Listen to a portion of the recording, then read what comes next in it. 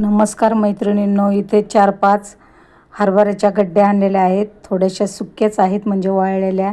आता आम्ही टेरेसवर गेलेलो आहोत. एक जाळ बनवला आहे आणि त्या जाळावर आता आम्ही ते हरभऱ्याच्या गड्ड्या एक एक जाळून घेत आहोत, म्हणजे हुळा बनवत आहोत.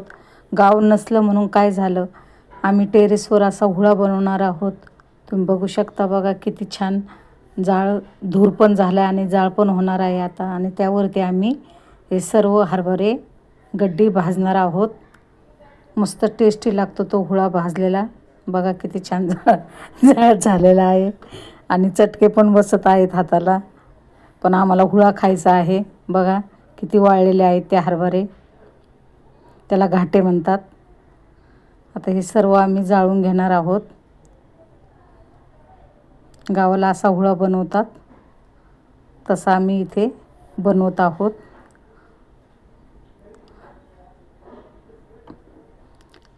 अशा प्रकारे आम्ही हुळा बनवलेला आहे.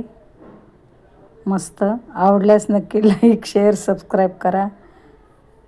हुळा